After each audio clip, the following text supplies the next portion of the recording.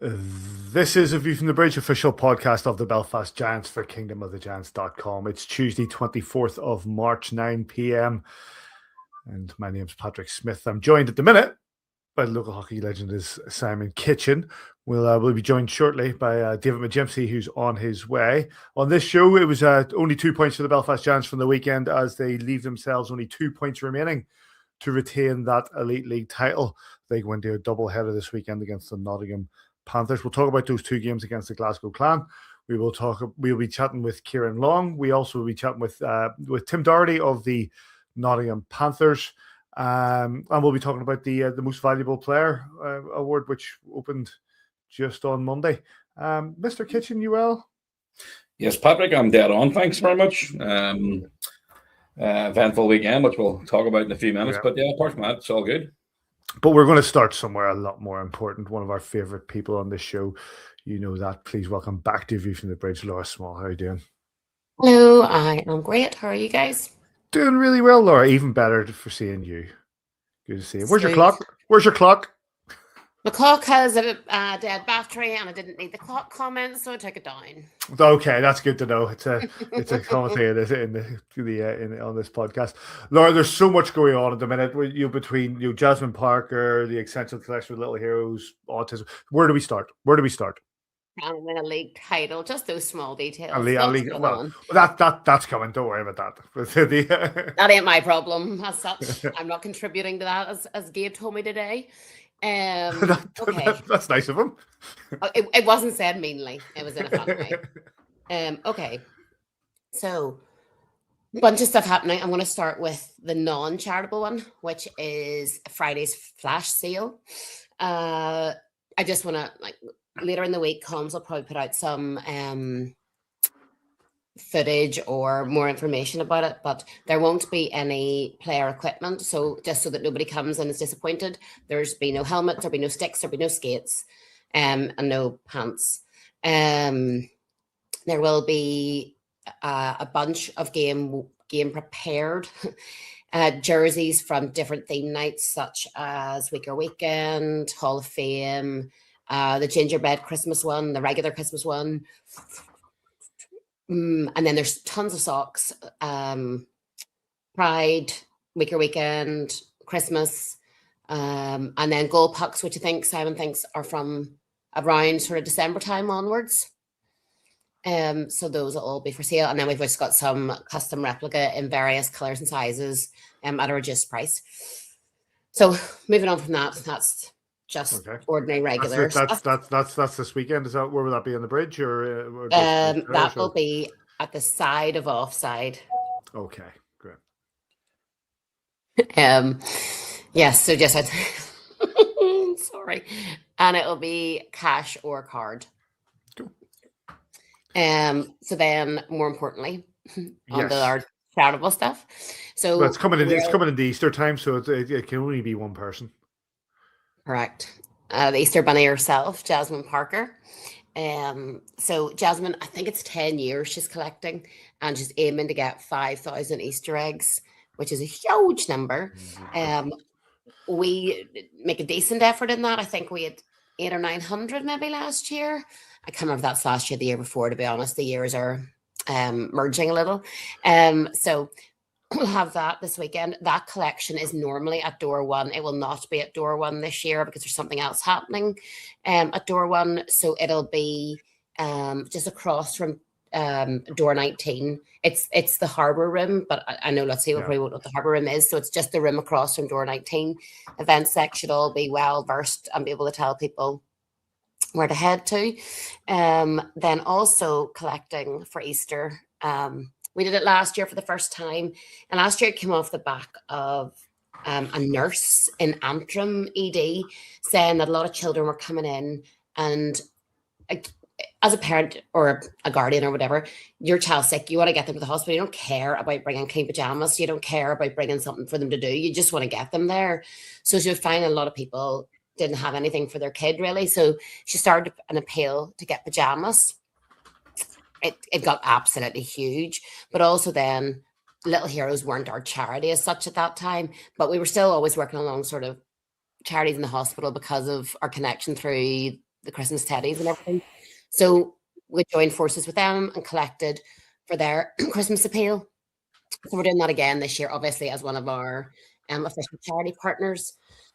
However, our fans are based right across Northern Ireland, and all hospitals are limited stuff. So we're going to be sharing out our stuff amongst the hospitals, but obviously with the Royal getting the majority of the stuff. Because they're a charity, just because they are the biggest children's hospital in the country. Okay, so various scripts. We've got babies.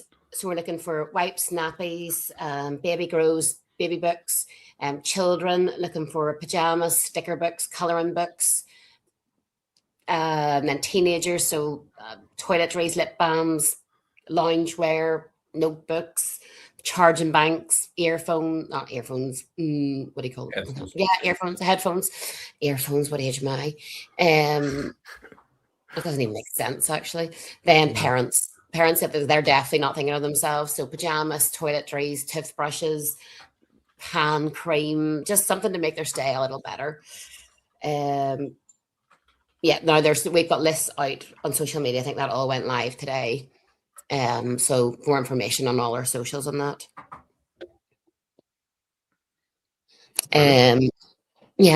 Sorry. That's okay. And then we've got, what else? We've got, because there's so much going on. You've got, so we've April. done Jasmine.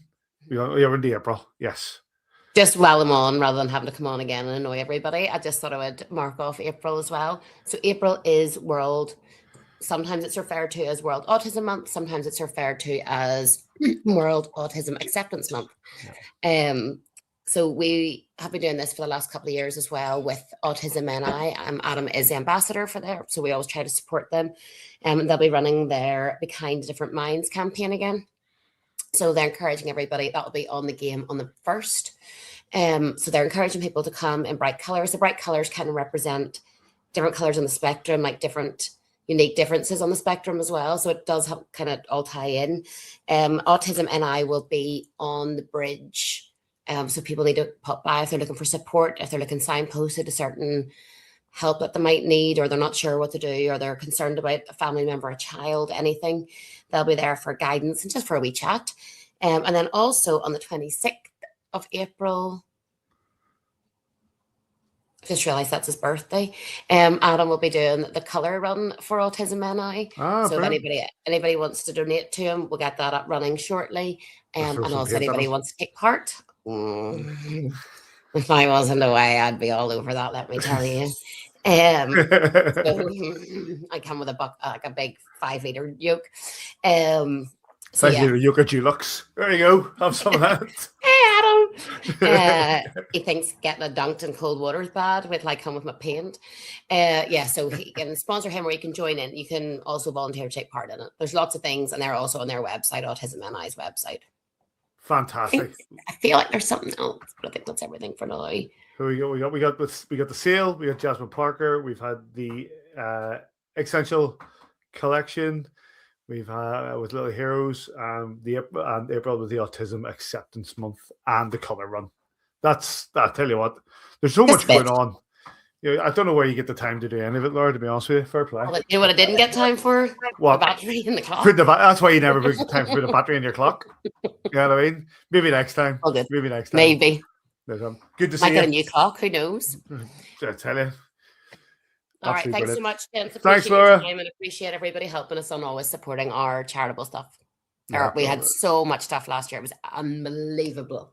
So great. We always say the Giants fans know no bounds when it comes to their generosity and supporting these causes. It's wonderful if that's the case. It just never ceases to take me. Really blows my mind. Really takes my breath away. It's so much stuff. It's phenomenal. It's great. It's great. It's brilliant. Thanks, Laura. All right. Bye, gents. Bye. Take care. The Belfast, big thanks to Laura as always. Wonderful having her on. The Belfast Giants had 2 games over the weekend against the Glasgow Clan, and it was a split weekend. Both teams lost their home games. Let's start. I'm sure Davy will be along in a minute, but let's start with that first game at the SSE Arena on Saturday.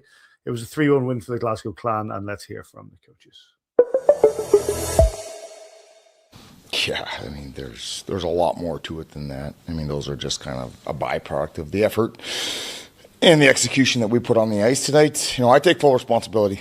I thought that we would be more ready for the occasion tonight, and I was sadly mistaken. We clearly were not. Glasgow was much more ready than us. Again, we've been humbled in a big way. I thought that was maybe the worst display of hockey that we've played in a long time. You come out of a big emotional weekend like that in Sheffield and then put that together in front of a sellout crowd here in Belfast. It's unacceptable. I think we all maybe took our eyes off the ball, and that's what happens to you. This is not an easy league to win in. You should never expect it to be easy. In the end of the day, winning is not easy. So we have to take a long look in the mirror tonight, forget about it, and come back and be much better tomorrow. We have to respond. The good thing is this group has had high character all year long, has responded well to adversity. Nobody's going to give us this trophy. We got to go get it, and we need to show that in our play. And I didn't think we did that at all tonight, and we got what we deserved.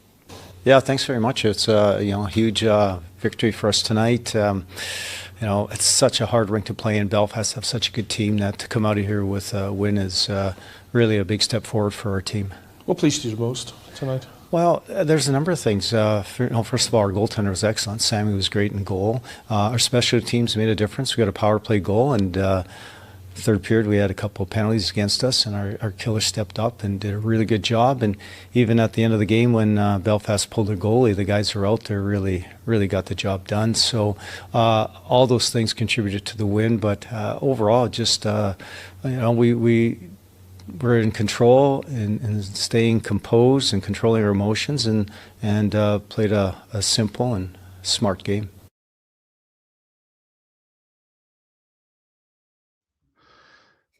Hi, Davy. JJ Pickett scored the only goal for the Belfast Giants in this game. The 3 goals for the Glasgow Clan. Brady Risk, Tristan Langan, and Robert Lagovich on the breakaway. Goalkeepers were Jake Kupski and Sami Atakario. The only registered because I'm going to have to lean on you boys. The only registered referee was Andy Dalton. Was there no second referee? Vitas was sick. Vitas was sick. Okay. So yeah, I'm leaning on you because I was actually out on Saturday. So let's start with the fact, Davy, that the coach, Mr. Adam Keefe, was quite clearly not very happy with the performance.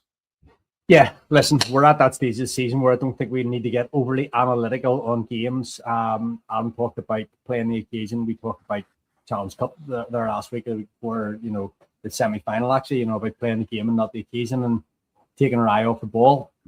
And I just think that there was maybe an element of, there was a lot of talk about win Saturday, win Sunday, and the deal's done. And you can never get ahead of yourself in hockey. Simon will be the first to tell you, shift by shift, period by period, game by game. How often does Simon say during the season, we've got a Sunday game, but we'll worry about the Saturday game first? And I think there was an element of we maybe had one eye on Sunday before we'd even started on Saturday. And Adam said as well, in sport and life, nobody gives you anything. You have to go grind for everything you want in this world. And unfortunately, they got out just a faster start than us. And then there was errors, there was little mistakes. The compete wasn't there. And unfortunately, there's not a bad team really in this league. We've been beaten by 5 who sit at the bottom of the table, so there's every team in this league can give you a bloody nose on a night if you're not prepared right and you're not ready to go into the trenches. And unfortunately on Saturday night we came up short. 7,314 people in the building, Simon. This is an occasion that sold out before Saturday even came. Adam Keefe pointed out quite a few things, and the fact that Davies pointed out that the occasion was there. Now, we've had occasions like this before. Everybody recalls, what happened with Ed Courtney and Theo Fleury against the Cardiff Devils on a night when the occasion was there in a similar sort of league capacity. But retro night, and we didn't see the performance from the Giants that we expected to. Now we will come to the response on Sunday, but you could see how pissed off Adam was. To be honest, he's every right to be pissed off. I know he took responsibility for it, but we weren't up for it. That's the bottom line. They wanted it more than we did. It was blatantly obvious right from the first puck drop. They got what they deserved. We got what we deserved on Saturday night. The big thing for me is I was talking to somebody yesterday. that, that they'd said that there's no way you want to be the team that's on the ice against a team who are about to lift the trophy. And they did not want us going into their building on Sunday. That's probably a massive part of it, trophy, or potentially win a league trophy. So, I get it. I mean, it's the same as Nottingham last year. Their fans weren't happy and obviously went right down to the last minute of the last league game of the season. And nobody wants that to go down this year because it's not good for the blood pressure and it's not good for a lot of the nerves. And it does make you very nervous getting into those types of games. And we're very lucky to be in those positions year in, year out. And, going for our 8th elite league title is something that's never been done before. And every team, Davey just touched on it there, every team in this league is capable of getting the result against any other team. The only team not to beat us in league play this year is Dundee Stars. We're 6-0 against Dundee, but every other team's now beat us. We were 4-0 up until Saturday.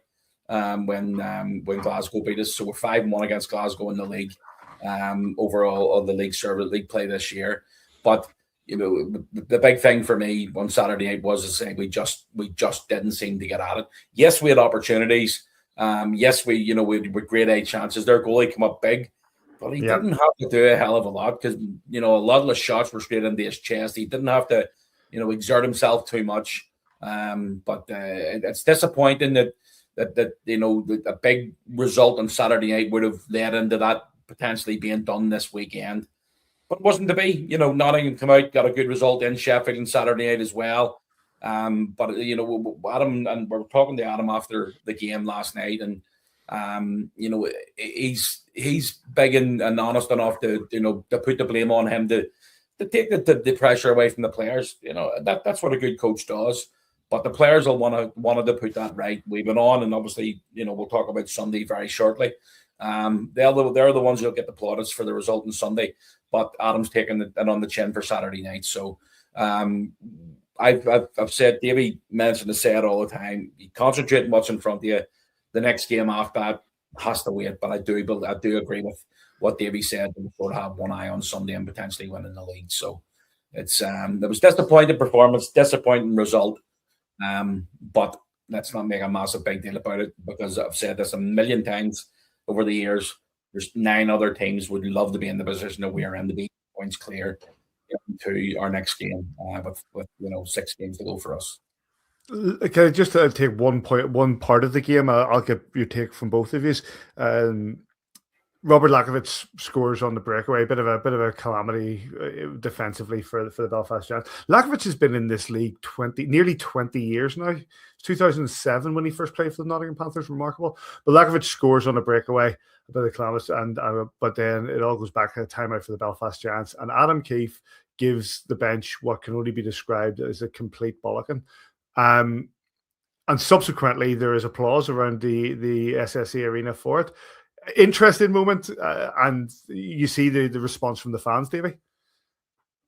I guess fans want to see their frustrations sort of played out. There's, probably you talk about the numbers, but there's certainly 1,500 people in that rink on Saturday night, just the diehards that would want to be on the bench, giving exactly the same message.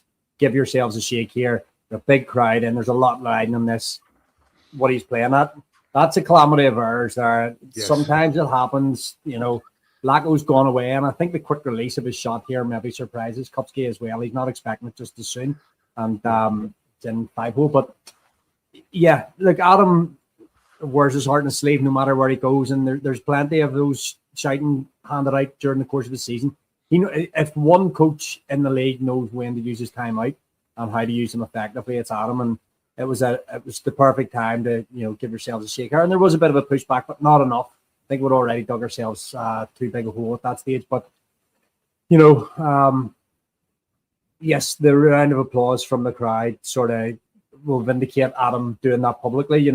Simon again, he'll let you not hand away any secrets here. What happens in the locker room stays in the locker room. Sometimes that'll be how Adam sometimes has to speak in the locker room, and to do it publicly, the players won't have enjoyed that, but it shows that he cares.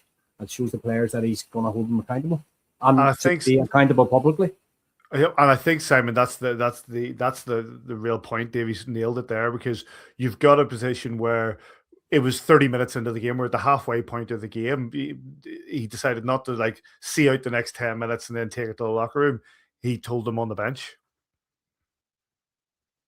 Yeah, but I don't see a big problem with it. It's we know that the passion that Adam had as a player. It's no different as a coach. He's very vocal and he's no problem coming out and saying exactly what it is. Like the guys are professionals. They don't need to be told every 2 minutes how important it is to win games like this. They'll know that they weren't up for it. I know we're getting Kieran Long on here in a wee minute. You asked Longer about it, and he'll be as honest about it as well. Hockey players are honest when it comes to the situations like this, and they know that ultimately we didn't play well enough, and that's what it comes down to. It was a performance that you sort of just forget about. There's 54 league games throughout the season, and it's a marathon. It's an absolute marathon, and we're getting close to finishing that marathon. And ultimately everybody in that building, bar small, well, not small, there's quite a few Glasgow fans over for the weekend. They all wanted their team to win, and our performance and our get up and go to a certain extent on Saturday night was below par for what we're used to. Also, when you look at the Kyle Longer just sent his message, when you look at the our fans as well, some of them are very demanding and expect you to win every single game. It's not easy to win. People seem to be thinking, just have the chance, have to turn up. That's not the case. It's not easy to win. If it's easy to win, everybody would be doing it. So it's a really difficult league to be successful in, and it's really difficult league to have to come out with 54 games and 54 wins. Nobody's ever going to do that. Ever. It's never going to happen. And it was disappointing, but it's behind us now. We dusted ourselves down and we get ready to go for Sunday. And and that was a different story. Absolutely. The highlights from that game, if you want to watch them, are from Belfast Giants TV on YouTube. Yes, Kieran Long is waiting in the wings. We're going to have a quick chat about Sunday's game and bring him in as we talk about that. But let's hear, first of all, it was a 4-1 win in Glasgow for the Belfast Giants. Ciaran Long got a goal. Let's hear from the coaches. Well, that's two tired teams playing tonight, the way the schedule was, but it's the same for both teams. But you could tell that both teams were pretty tired. And I thought for the most part our guys competed, we battled, made a few mistakes that a good team like Belfast will capitalize on. But overall, we've got to take some positives out of this weekend. Playing a tough opponent like Belfast, back-to-back games and a short turnaround, that's a good experience for us and good preparation for the playoffs, whoever we should play in the playoffs. This is good preparation to play at this level, as I said, back-to-back games. Yeah, really pleased with the performance tonight. I obviously didn't love last night. In saying that, watching the game back the lack of execution that we had last night, I did think Glasgow had a big part to play in that. They made us earn everything, and and they threw a lot of pucks to the net, and they got rewarded. Tonight, I thought we were much more like ourselves in terms of how we controlled the run of the play for the majority of that game. And I like the mental strength of the group. Especially after last night and the situation we find ourselves in this title race. You come into last night with the hopes that we could potentially clinch tonight. So, that you're fighting that. You have an emotional weekend last weekend in Sheffield, and it didn't go our way last night. So the mental strength of the group to bounce back tonight, especially after that first one goes in. Obviously, pretty lucky one that bounces up in the air and falls in behind Carpe. I don't think anybody knew where that puck was. So the mental strength of the guys to just bounce back right after that, and then, I thought they got rewarded and they earned it the right way, and that was nice to see. For us, it's about staying focused here. I thought maybe we lost focus throughout the week, and like I said, I take full responsibility for that. The emotional weekend against Sheffield, and then the reality is nobody's going to hand us this trophy. We actually have to go and attack it and get it ourselves, and we expect nothing but a tough weekend next weekend against Nottingham. It's probably the way it should be.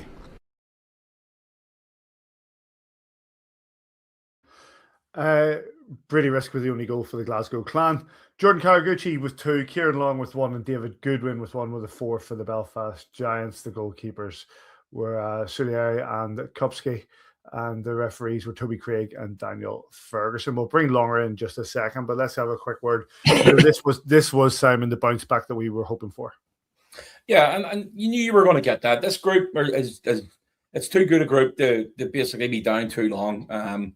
Massive weekend the weekend before against Sheffield. I think we're probably being honest. If all of us had been over 2 points before that weekend, you'd have bitten their arm off. So when you look at these last weekend, this weekend, 6 points out of 8, I think you're probably not far off where you thought you were going to be anyway. And we're in prime position for the league title. Make no mistake about it. And that is probably down to the success that we've had against the Sheffield Steelers this year. We're 5-1 against the Steelers. Nobody would expect it to win 5 games against the Steelers when the start of the season and the squad that they put together. And I don't think that was going to be just a given that we're going to have a split 50-50 against the Steelers itself. So coming out with 4 points against them last week was absolutely huge. And when you're coming off of that 2 big results, and again, you don't really get the get up and go for the first game. I knew we were going to get a reaction on Sunday night. I just knew it was going to happen. So, good start. I thought we played pretty well in the first period. I thought we managed the game very well throughout. And Carpe come up with a couple of really big saves, both in the first and second period. And then it's timely scoring. A really important first goal to get us up and running. And then Longer coming up with a snipe, 3 foot out. We'll talk about him about that in a minute. Managed to slot it past them for ultimately was the game winner. So great that when you get your veterans on the fourth line. We talked about this last week with Ben Freeman and Laker coming up with 2 points last weekend. They got points in both games against Sheffield. That's absolutely huge. And for Longer to come out and continue to contribute, it's absolutely huge for us. What was the difference, Davy? Was it compete level? I think our boys have had maybe just a little bit of extra conditioning as well. Last weekend against Sheffield will have taken its toll physically and emotionally. There was a lot of emotional energy, obviously, on Saturday night expended. Travel day on Sunday, and I just thought we had a little bit more in the tank towards the end of the game than the Clan did. Whenever we especially when we got a goal ahead, we were able to then play our hockey, control the 3 zones, control the clock well as well. So I thought, and as Simon said there as well, if you go back a month from now, you've got 2 games against Cardiff, you want to split them. You 2 games against Sheffield, you want to split them. Against Glasgow, you take a split. He would take a split against Nottingham in a heartbeat now, and we'll take a split against Coventry and say thanks very much. At this stage of the season, we've worked so hard. The Belfast Giants have worked so hard to get themselves into the position they are in, and splitting weekends now is gold dust. So, whilst it was disappointing the boys didn't get it done on Saturday night at home, the split over the weekend is far from a bad result.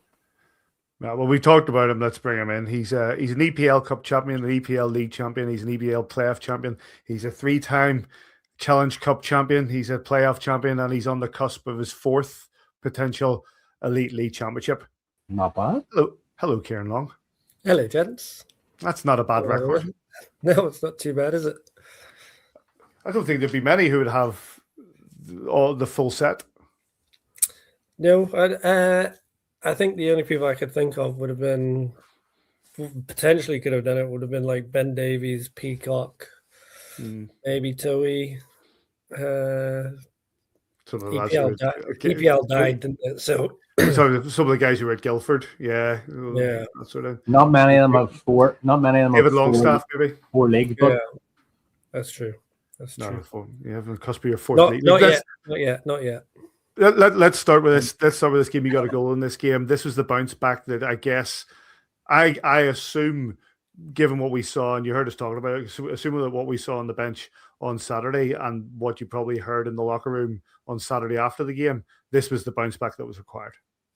Yeah, obviously. I mean, we all know how emotional Kiefer can get. But in all honesty, I don't think he even needed to say anything. I think we all knew we let ourselves down on the first game. So I think we knew we had to bring it for the second game and make sure we got that job done to make it a little easier on us on this last little run in. Yeah, I guess so. And then talk us through your goal. Let's see if I can find it here. Talk us through your goal against the Clan. Well, my Rochi obviously had a hell of a game jumping in as a forward, and then managed to pick up some pretty good chemistry with Big Ben since he's come in, and he found me in a little pocket and managed to sneak it through the goalie's 5-hole. So we'll take it. And you give it and a couple of shoves just for good measure there as well, just to make sure that they knew. Yeah, that. just gotta show people that I'm still pretty strong for an old guy. Longer, as someone that loves a stat, let's get straight to the stats. Your rocket there was the 6,000th goal of Belfast Giants history, and in your 500th game. Pretty Do I get nice anything for it? Do I get a silver stick or anything? Yeah, like plaudits. I would have got you the puck, only Cap never read his text messages, but we'll get you a packet of biscuits. I'll just take some more parking passes off Kitchie for the international. Kitchie, that okay? He gets it, so it doesn't really, the Belfast International Airport have been fantastic with us. They make sure they look after us for free parking for every trip that we make, and Longer make sure he gets his ticket for all the trips. Yeah. So whilst the first stat, the 6,000th, is just about being in the right place at the right time, the 500th elite league registered game, that's pretty impressive here. Yeah, it's not too bad. I wasn't obviously playing in the EPL for such a long time. I wasn't sure if I'd ever make the jump up to the elite league, let alone playing 500 games, all comps in the league. So, pretty impressive for a guy coming out of Birmingham and Swindon. Saying that, Mark Richardson's probably the oldest guy in the league now. Now that Marky left, so Swindon boys have been doing all right in the league for a long time. But it's what it is. Hopefully, I've still got a bit left in the tank. See how long I can keep going for. And you heard us talking about sort of the last month of the season, and I think it was Slater Doggett maybe a couple of years ago talked about the dog days and just how hard that stretch is from November to say late January, early February, and how well we did. But it takes its emotional and physical toll. You'll know better than anybody, boys playing banged up and even coming off the Sheffield game and then trying to raise your game again with such an occasion as last Saturday. It's difficult. Yeah, no, it definitely is. I would say this year, especially with the weather, obviously it feels like it's been dog days all year. And I think, the sun was out this week. We maybe, I was out at parks and God knows where else. I went to farms and everything with Jonah because we don't get the sun that often. So, it's nice to get out and about, and maybe we did take our eye off the ball for a second, but, we made men's on Sunday, so all is well. Longer, you talk about Jonah, and the same about the locker room most weekend mornings now when you're in for the morning skate. Just when you were talking about all the different trophies that you've won and the medals that you've won, maybe you could use them to teach them how to count. This is 4, 1, 2, 3, 4. That would be a good idea to get you, to get the mathematics brought into it at an early age. Yeah, well, we've got the counting down the stairs going, but misses a couple numbers. I think it's 4, 5, 7, 8, something like that. 6, 7, 6, 7. Yeah. No, not in this household. That's 2 weeks in a row we've had that. When we look at, we talk about the weekends just past. Obviously, the Sheffield weekend was tough but successful. But Friday night is the next game against the Nottingham Panthers. A win, and we win in front of our home fans at the SSE Arena, and you can pick up a league title. That is a big carrot to dangle. Yeah, obviously, it's great for everyone to win it at home. I think just the previous experiences, winning at home is that extra special because the arena's packed. You have family there, and last year was the first time I got to win a trophy with Jonah in the rink, and now he's slightly a bit older, so it's a little bit more special. Now he's kind of figuring out what I do. yeah, it's a big weekend, and hopefully we can get the job done on the first game rather than the second game. But yeah, it'll be. I think everyone's excited for the weekend, but we know we've got a real battle in hand with Nottingham. They've been exceptional all year again, and obviously they won the cup, so it's not going to be a walk in the park. Yeah, no, like I've said it there before you come on. I mean, a lot of fans sort of, were disappointed not with the performance on Saturday night, and you sort of they do not realize how hard it is to win. We've been successful over the last 6, 7, 8, 9 years, and we're the most successful team in the league era. But it's not easy to pick up silverware. You've got 54 games to win the league title. We're not far off, the end of that journey this year. But it's not easy to win. No, it's never easy to win in anything, even in life. Nothing comes easy for anything you do. Babies, weddings, whatever you want to call it. You have to earn everything you want. And yeah, with hockey, you go through injury spells. No one cares. You have to just get up and get on with it. And I think we've had a really good group this year of guys kind of understanding like every night is a war, and we have to put up what we can to get the win every game as possible. And yeah, it's not easy, but yeah, that's the simplest thing to say is it's the hardest thing to do is win. When you, I mean, I see how much you dote on me, Jonah, and when he comes to the games now as well. And we just talked about you playing 500 league games. That, I mean, apart from telling you that's a big number, also tells you that you are getting older. And it basically it's. Unfortunately I never experienced, because Jasmine was born after I'd retired, apart from go back to play the World Championships for Team Ireland, and she didn't really understand. She was only 1 or 2 back then. But having Jonah, as you say, in the arena last year, when he was sort of just looking around at all the balloons and the noise that was going off, that year older, and having the opportunity to win a title in front of him and playing in front of him now must feel pretty good. Yeah, I was actually pretty gutted because scoring against Glasgow, I thought with it being a 4:00 game, I'd be able to call him and be like, "You see, Daddy scored." Apparently, they weren't even watching the game, so I was devastated. But no, yeah, it will be an amazing feeling, and just to see his face and hopefully see what his reaction will be like if everything goes to plan. When he sees the trophy or the medal. I mean, he's been running around the house with my old medals and stuff, and yeah, it'd be just fun to add another one to the collection with him. Jasmine, what we did when you get to the school to go and do a show and tell, and we won the silver medal in the World Championships with Team Ireland 2006 in Iceland. So now again, I didn't know this at the time, but she took my silver medal to school for a show and tell. And she told him that my daddy played ice hockey. This is the medley one. And then buried it in the sand pit in the school and didn't tell anybody. And it wasn't the headmaster of the school was my P7 teacher. And it wasn't until about 3 weeks later that somebody found it and handed it into the teacher and I got it back. I didn't even know it was gone. So we've had our first kind of experience of that with our milk frother. We had one for like 2 years, just broke. Got a new one and the lid's gone. No idea where the lid's gone, so we just bought a third one. Presuming Jonah has taken the lid somewhere and it's vanished. I thought you said you were going to have your first experience of that because he's just dug into like all those medals that I've named, and they just like started playing with them. Yeah, no, there's some in the roof space and there's some in my drawer beside the bed. And he's found the ones in the bed, so he likes putting those on. And daddy medal. Well, listen, we've said it there. There is an opportunity this weekend it must be for the first time since 2012 for the Belfast Giants to actually win a league title on home ice. And you talked to like Kiefer and some of the guys who played in that 2012 side.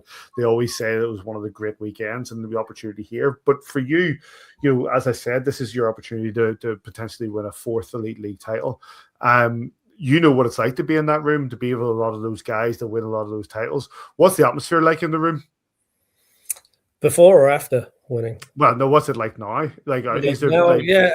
I mean, obviously we're excited, but you kind of have to stay level-headed. I think you can't really, being in a game for so long, you can't be too high, you can't be too low. You just have to kind of stay level-headed throughout it all. So yeah, that's pretty much how we are in the room right now. I think definitely Saturday's game definitely humbled us. So I think we know not to get too excited for it. It's one of those when you get the bite, sort of reality bite against the Glasgow Clan. Eh? Yeah. That's it. Listen, mate, we will leave you to it. We appreciate you joining us. I know you got a bit of a day off and a bit of time off, so we do appreciate you coming and joining us to have a chat with you. Good luck this weekend against the Nottingham Panthers, and hopefully we'll see another Elite League title around your neck. Hopefully this weekend. Cheers, thanks, gents. Mate. Take it easy.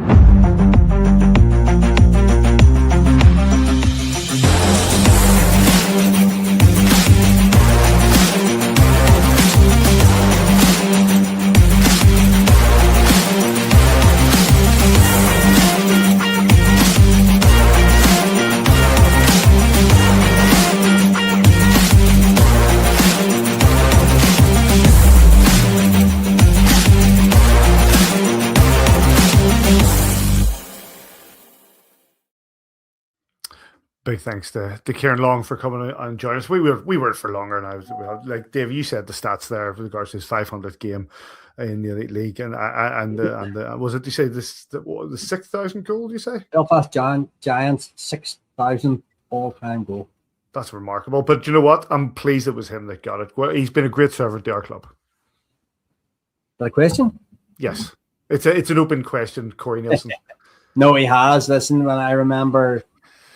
I can't remember who did the interview or whether it was on just on a show when he first signed over from Manchester, and what his expectations were of being a Belfast Giant, and whether he would be. He had obviously came from being a top 6 forward in Manchester, and what his role would be. Yeah. And he's played a role here. He's played up front. He's played in defence. He's played whatever roles asked for him, and he's chipping away there on the 3rd and 4th line at the minute still. Doing whatever he's asked, whenever he's asked to do it. This guy's a giant at heart, and just whatever he's asked to do, he's going to do. And he deserves another league title, like many of the guys in the locker room who work so hard, up and down that road every day, young family, making sacrifices to be a Belfast Giant. And first play, we're part of the job.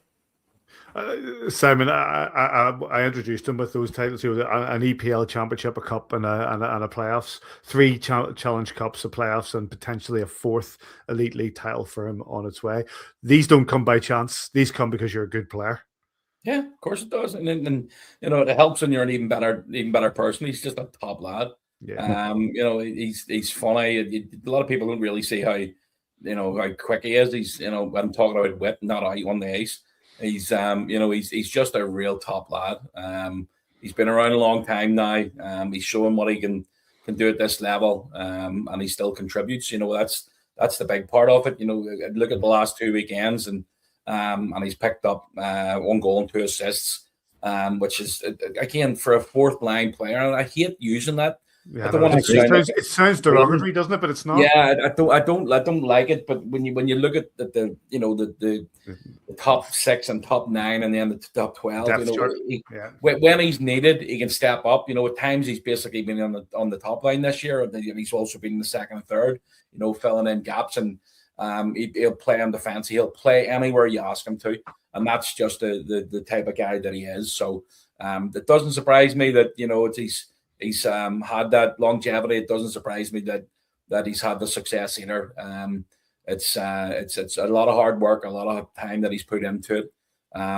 Basically honoring his craft and stuff as well. So, and then on top of it, don't forget he also works as well. He's a family man now. He's got to go out there and he's trying to look to the future and for obviously life after hockey as well. So spending time away every weekend from the son, the wee man growing up with Jonah. It's not easy, Paddy. It's really not easy. And, hopefully we can keep him going for another couple of years, because it'd be great to have him back next year. Yeah, and one of the good guys, and we do appreciate the fact that he came on. I know a lot of lads have a a few days off here to recuperate after the weekend. So it's very kind of him to come on and have a chat with us. So big thanks to Longer. The Belfast Giants face the Nottingham Panthers this forthcoming weekend in a double header at home, which has great potential for us. Nottingham Panthers coming off the back of a mixed weekend against the Sheffield Steelers, but they did defeat the Coventry Blaze in the Challenge Cup final last Wednesday. Earlier on today, I had a chat with one of the forwards for the Nottingham Panthers, Tim Doherty, a guy himself who not only has been in Nottingham for a couple of years and has won a few trophies now, but also plays despite being a man who suffers from type 1 diabetes. We have a chat about that, and we have a chat about more, so let's hear from him. Tim, thanks for joining us. I think we just start with this interview by congratulating you on last Wednesday and the Challenge Cup victory, second trophy of the year. Your third trophy of the Nottingham Panthers. Bring us back to last Wednesday in the Challenge Cup final. Another nail biter at the Motorpoint Arena. Yeah, it was great win for us. Like you said, my third trophy with the Panthers and third at the Motorpoint, so that was really special. And yeah, I went into overtime. It was a great game. Both teams played really well, and luckily we were able to make the last play and score there. So awesome to win at home. But obviously it's a full season of getting to that point in the Challenge Cup, so it was good to see the grind pay off, and it was a ton of fun. What is it about this Nottingham Panthers team that have them in second place? It's a difficult situation, but also winning trophies. What is it about this Panthers team that is picking up silverware for the first time in, to be fair, quite a while? Yeah, I think there's starting with the core of British guys on the team, and a few guys last year, and then some of us came back this year, and I think we just got a really good nucleus, and Danny's instilled a great culture for our team, and I just think we've got a great group of guys, and I think when you have a good group of guys who care about each other, and it can go a long way, and I think it's starting to show with the trophies we've been winning, and hopefully can continue to win, and a lot of success for the Panthers in the future. You mentioned Danny there, obviously his second year in Nottingham, his third trophy with the Nottingham Panthers, but given the fact that he's got so much experience around the league, coming into that team as you did last season with Danny there, it's a different beast, this league, isn't it? We always say 2 points in October are as valuable as 2 points in March, but to have a coach like that with such experience to be able to instill it in new guys, it must be great. Yeah, it's spot on. He was obviously played in the league for a while and has coached for a while, so he knows the ins and outs of it. And yeah, it's a unique league in that way where back in North America, you kind of just hope to get to the playoffs and then you take it from there, series by series. But here it's a sprint from the get-go, really, with obviously the Challenge Cup and the league, every point mattering from like you said, October to April. So it's definitely interesting and challenging, but Danny's been great and with keeping us on the rails all year. There's a couple of topics I just want to discuss with you over the next as we go through. Obviously, we'll come to the games this weekend and the games in Belfast, the double header. First of all, you're as we like to talk about on this podcast, you're a former participant in the Friendship Four with Maine. Not just you, but also your teammates in like of Mitch Fossier and Chase Pearson. Give your recollection of that weekend in Belfast, or that whole week, I guess, in Ireland. Yeah, we had an absolute blast. I'll never forget that week here. I remember getting here on a Sunday, and we were here for a whole week, in Belfast, and just being able to walk around the city and explore it and kind of do it with all your best buddies was an absolute blast. And I remember both games and the great crowds we had at the games, and we were able to win our Saturday game, so that was great. And then go out in the town after. So overall, it was an excellent experience and a trip I'll never forget. When we talk to some of the officials and as part of the university and the coaches, they always highlight the fact how good it is for student athletes, as you were at that time, to have that opportunity to travel and go abroad and see what it is and what it can bring you. That must have been a great opportunity to have. Yeah, absolutely. Because obviously, when you're in school and playing hockey, you can't travel like the other students can because you're so tied up. So it's a cool experience to get into playing with all your buddies and then go to a new city, a new continent. And yeah, like I said, just do it with all your teammates. That was the best part. Also, what I'd like to chat to you about is what's coming. You're an athlete who battles with type 1 diabetes, and it's been, you've been doing a lot of things with Nottingham Panthers to bring awareness. And tell us about what it's like to play in the elite league, or to play hockey with type 1 diabetes.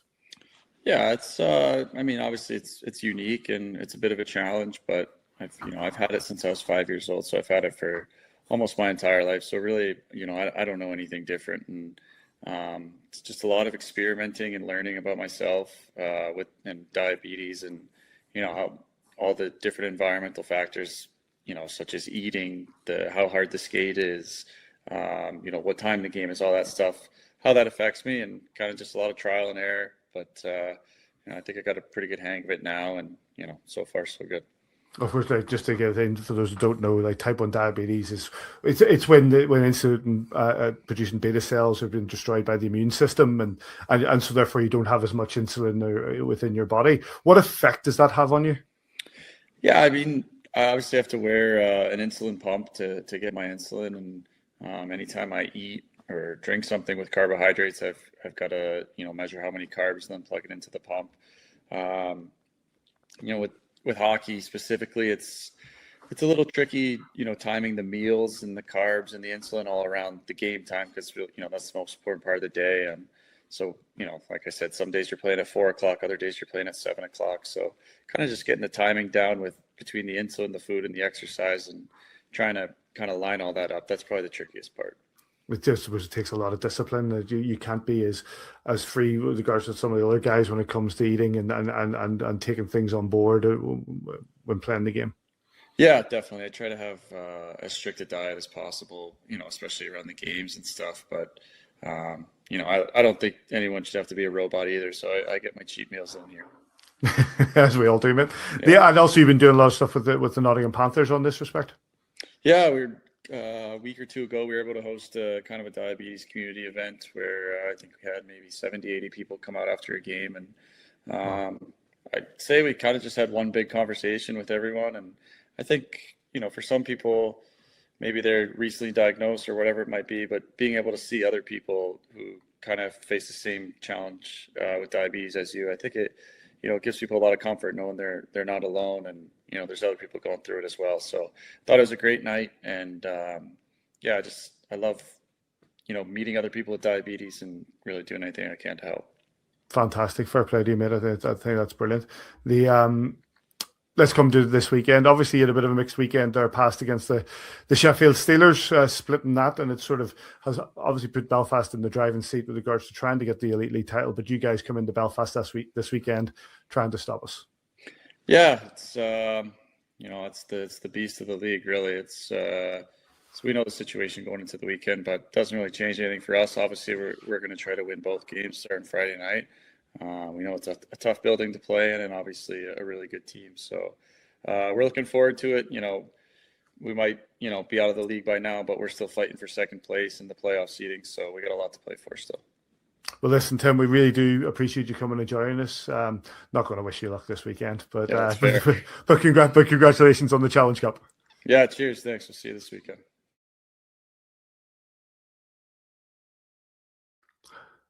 Big thanks to Tim, fighting for second place. Big thanks to Tim. First of all, just to keep on that point with regards to what I was saying with the type 1 diabetes. Type 1 diabetes is around 500,000 people in the UK live with type 1 diabetes. It can leave you thirsty, it can leave you tired, it could be because your body isn't producing enough insulin. It's quite, Davy, impressive to be a professional athlete with type 1 diabetes and do so well from it. Yeah, and no one just scratching the surface of how these boys travel around, and arrival times, departure times, eating times, drinking times, the manage that alongside the diabetes, which is so critically how you have the time, exactly what you eat, when you eat it, what you drink, when you drink.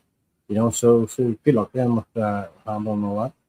He seems to do a good job with that, and says another guy, another product of the Friendship 4 conveyor belt. Hey, you know what? I was looking. There's quite a few players this year within the league who participated in the Friendship 4. So it's it's He got a goal important. as well. He got a goal, an empty netter again on the Saturday. Yeah, and then that main team was a decent team as well. And Swayman played for them, didn't they? Mm-hmm. Jeremy Swayman, I think he played for them one year as well. But my ex-wife was type 1 diabetic. So she wasn't an athlete. She was all right, but she wasn't an athlete. So she didn't have to realize what sacrifices he's got to make as a professional athlete to deal with the diabetes. And the only other person that I know from sport that was diabetic was Gary Mabbitt. Used to the ex-Spurs captain. Yeah, he's diabetic, and he dealt with it the whole way through his life as well. And Tim was saying there, but from an early age, I think he was 5 when he was diagnosed with diabetes, and I think it was the same for an early age for Gary Mabbitt. And it shouldn't. There's a lot of challenges put in front of people with illnesses, and if you've got the right mentality, you can go on to have a normal life and basically be successful. And Tim's proven that. We all know we all hate the Nottingham Panthers, but him coming up and winning 2 trophies for them this year, and he is a top player in this league. I think he's second in points in the league so far this year. He's a real good player, and we're not going to wish him any luck at all. And all that nonsense about we're playing for second place. They still think they have a chance to win this league. It's going to be difficult, but it's forget about all that from our side of things. We've got one more game to win, and we can win one game on Friday night, then we're league champions. So don't really care about what he says about that side of things. But it's fair play to him with regards to that with the type 1 diabetes, because it can leave you with blurred vision. It could take cuts and wounds longer to heal. It's like, so that you have to be very disciplined, I guess. It's just a normal life. You have to be very disciplined with what you eat and how you do it, and make sure you get your insulin. But when you're a professional athlete, and the fatigue that comes along with it, it's remarkable that he does so well. It's excellent. It's more power to him. So, and a big thanks to him for coming on and talking about it. You mentioned it there, Simon. It is a big weekend. The Nottingham Panthers are in for a doubleheader. They'll no doubt bring a hell of a lot of fans with them, as they tend to do for these doubleheaders. But there is the opportunity here for the Belfast Giants to do the first thing. I think what I said earlier, for the first time since 2012 against the doubleheader against the Sheffield Steelers, is to pick up an elite league title on home ice, and all they need is 2 points. Yeah, again, we've got 3 games this weekend due to the cancellation for the Manchester one. So it's going to be a long weekend, no matter what happens. Ultimately, with from a fan's point of view and from a staff point of view, I'd rather be one on Friday night. But I don't care if it's one Friday, Saturday, Sunday, or next Wednesday. I would rather obviously have it over and done with. But we talk about pressure. Pressure's a privilege as well, to get to this point, to be, have a chance to win a league title doesn't happen for very many players in this league. There's if you look at it, there's say 25 players per roster. That's 250 hockey players in this league this year, and 25 of them are going to get a chance to call themselves league champions. And I'm really hoping that it's going to be us this weekend. So hopefully we can make it happen. The Panthers are certainly going to come in Friday night. They're going to bring a lot of fans. I think that about 800 last year made the trip. And I don't know what it's like in England. Is this the first week leading into Easter week, or did you get the following 2 weeks off after? Next week, week after. So yes, I'm saying so next week and the week after. So this weekend they're starting their Easter holidays. Start Easter holidays. Easter holidays starting Friday. Yeah, so they expect a big crowd coming over. But hopefully we can send them back to the bar on Friday night and cram into their pints. Davy, Simon says it there. Pressure is a privilege. We remember when the Nottingham Panthers came in 2013 and walked off our ice with the title. They're coming in again, and it's hopefully our turn.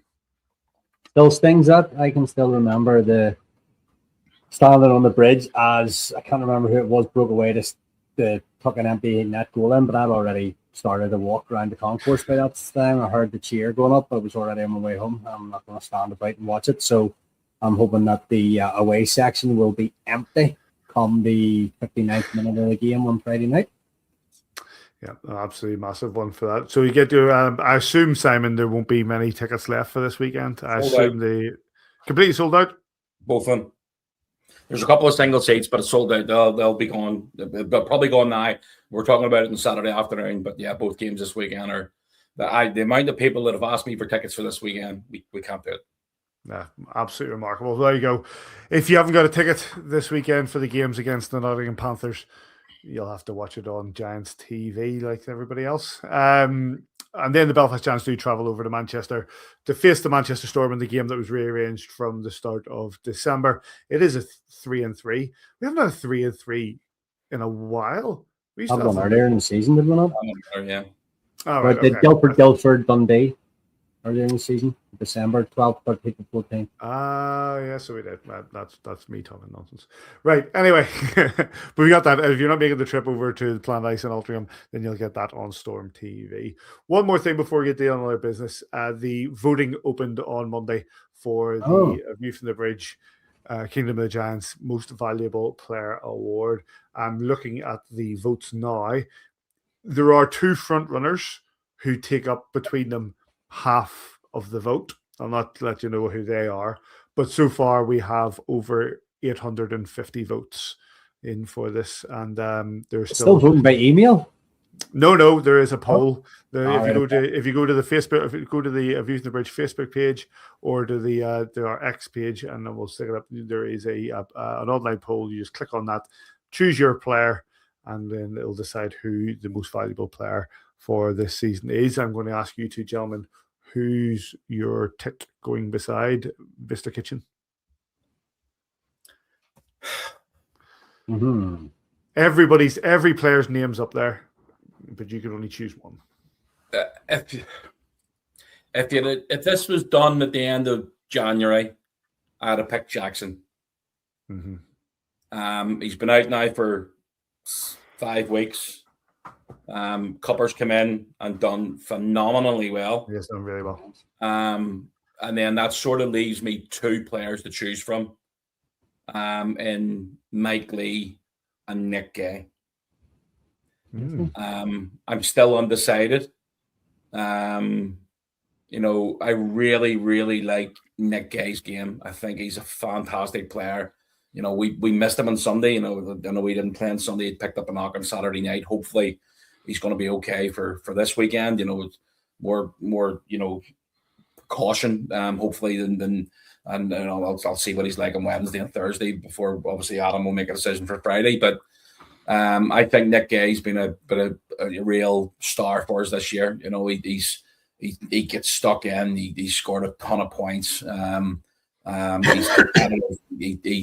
He's a really good guy as well in the room. He's been a real stud for us.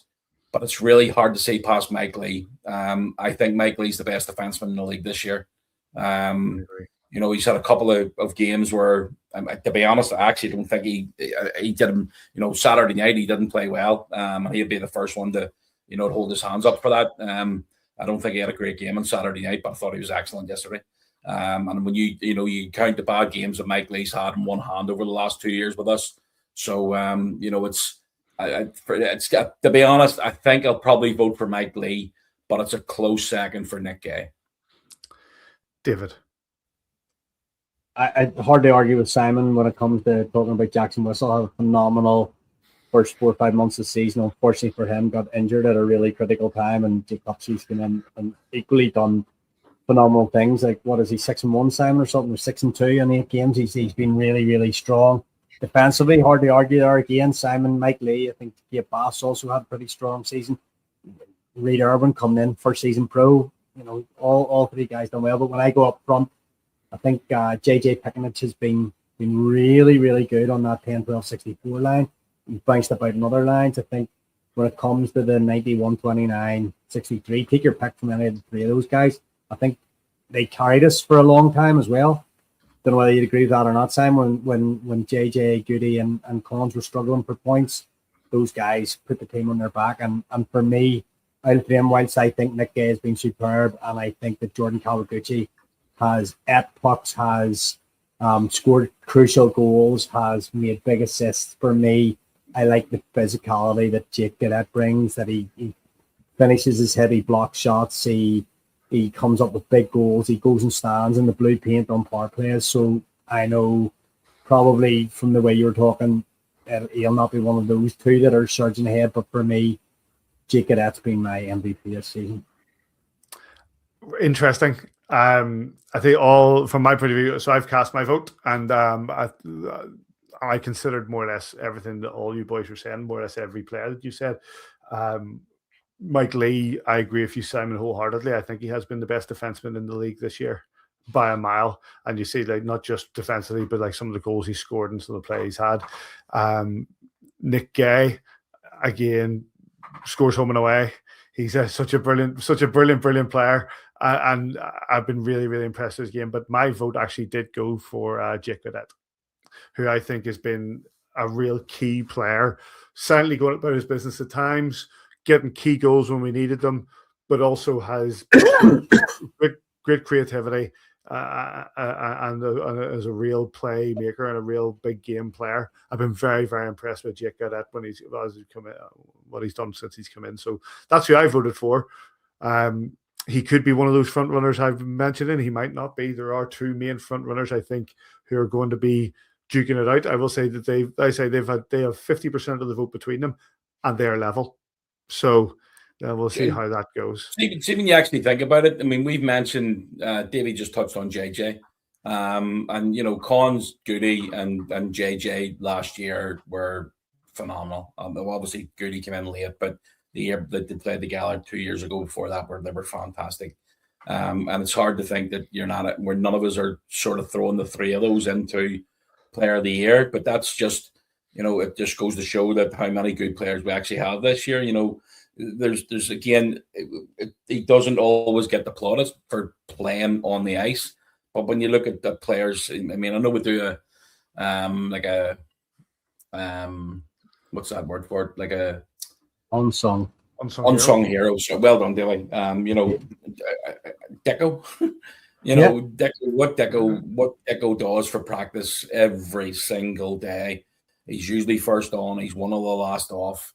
You know, if guys want to do extra shooting, he stays on for shooting practice. And then he goes to his job. He's got a job to go to after that. And then he makes the trips to go away and all those trips that, you know, that they're basically, he doesn't get any ice time. But, you know, he knows his role in the team. And I'm really hoping we can get this game done on Friday and we can get Deco a game or two before the end of the season. And, you know, Alex Carpe now has come in the last couple of weeks and basically done that role as well while Jackson's been out. I know Jackson's back on the ice and you know, he can't get back in the lineup yet because, you know, Kupski's doing really, really well. So it's we're really lucky we've got 4 goalies there that you know, play their part. But the MVP side of things, while it's all good and well, you know, handing out to one individual player, hockey's not about individuals, it's about team sport. Yeah. And I would tell you, every single one of those that we've mentioned, whether it be for good or bad this season, every single one of them would take a league title over a MVP bottle of whiskey, 100%. That being the case, please vote for your MVP, your Kingdom of the Giants MVP. I've set it up on the thing there, tinyurl.com/AVFTB MVP 26. You can get that on in our Facebook or our X. Go on, David. I just want to come back on I totally agree with Simon there. And when we talk about Goodwin, Pickenich, and Conway this season, I think the sum of their parts is greater than their individuality in that line. So there's something like 150 points between the three of them. None of the three of them are really pushing at the top of the point standings. JJ and Goody and Scott bring so many different things that line. But when the three of them are going together, they're the MVP. That 10, 12, 64 as a combo. I couldn't pick. You couldn't pay me to pick one of those three guys over the other. I just think that because they're such a collective powerhouse together that they come as a one piece. I know it's a difficult thing to do because when fans are watching the game, you don't really pick up on it. But see if you get a chance, whether it's one of the three of us or whether it's, you know, anybody watching at home. See when Goody, Cons, and JJ are on the ice on Friday night. Just watch the play develop, and there's if you watch them, there's always somebody who takes a responsibility to drop back and cover. You know, Adam likes to make sure that the defensemen are being offensively minded as well. But there's one that you've got to make sure you're coming back on the cover for your defenseman if you need to. But when one guy goes into the corner, the other one's in to basically try and chip the puck out. There's always one guy free waiting for that pass. You know, Goody's vision has been outstanding, and you know, it's absolutely fantastic. The workload, you know, we talk about JJ and JJ not being, you know, Davy says, you know, there's nobody at the top. I think JJ maybe 10th or 11th in scoring in the league, Davy. I'm not 100% sure. Yeah, he's around about that. But the JJ, I mean right up there in the top. Oh, absolutely, yeah. The JJ's deceptively quick. You know, you don't realize how, you know, it's that, you know, first 2-3 strides and he's gone. It takes some catching up to him, and then you've got the competitive, the level of Scott Conway. Between the three of them, Davy, I genuinely right now, I think they're the best line in the league. Because of what they bring to the table. You know, when they're going, there's nobody in the league can stop them. Nobody. And I'm really hoping that they can get going from Friday night, because if they do, these three can win us the title on their own. On any given night. They've played enough together now. There's that little bit of telepathy. There's that little bit of just understanding. Even the goal that was scored, I know it wasn't enough on Saturday night, but it's fired out of the corner. And as soon as it's in front of net, JJ's on his bike to get in front of net to see opportunities, to know that something's going to happen creatively when they get space on the only way to shut that line down is to shut down any space. They get a sniff and they can create. So we're blessed they've had them for so long. Keep watching them while they're here. Just you were saying about JJ about the point scoring is like on the points list. I'm just looking at the point list here, and interestingly, Mike Lee is 46 points. Mike Lee has more points than Cole Sanford, more points than Joey Martin, more points than Jordan Karaguchi, more points than Matthew Gleason, more points than David Goodwin. Mike Lee, playing in defence, has rated defenseman on scoring by a country mile. I think he's got more. He's more assists than anybody else in the league as well, isn't he? 1, 2, 3, 4, he's 36 from the top of my head. 36. Yes. Only Tim Doherty. He is 35, and Tim Doherty is 36. But he is 1, 2, 3, 4, 5, 6, 7, 8th in the league in scoring. Mike Lee, which is fantastic. It reminds you of Robbie Sandrock, playing in D and being Spiro. Of that sort of. But yep, cast your vote, tinyurl.com/AVFTB MVP26. You can get that on X or on Facebook, and click and cast your vote. You've got until where was it? I think you've got until the 29th.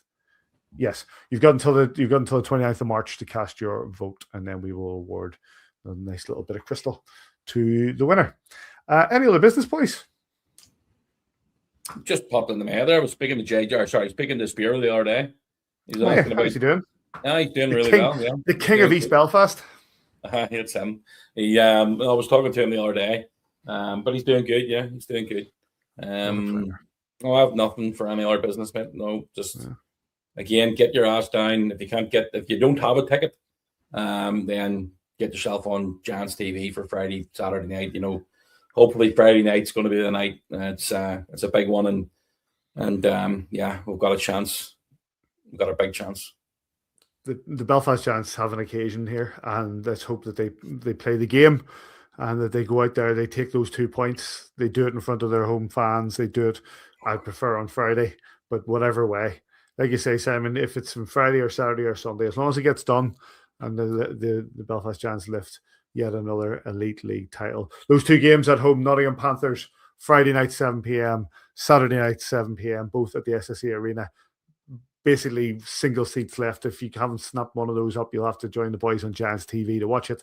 And then over to the Drizzle Dome, the Planet Ice Arena in Altrincham, to take on the Manchester Storm, and that is at it's at 5:30 on Sunday, and you'll get that with Max Artis on Storm TV. Good to see you, boys. Big thanks to Laura Small, Kieran Long, Tim Doherty for all joining us on this week's show. Big thanks to you guys for tuning in. You get us on X, on Facebook, podcast at kingdomofthegiants.com, all the usual sort of stuff. And wherever you are this weekend, I'll not see you next week. So I'll leave you in the capable hands of these gentlemen, because I'm off to France. It's the week that Davy dreads. It's Patrick's ski week. We'll see you next week, and these boys will see you next week. And wherever you are this weekend, we hope you enjoy your hockey. We'll catch you here next time. One of you from, I've not even set this up, the bridge. Hit the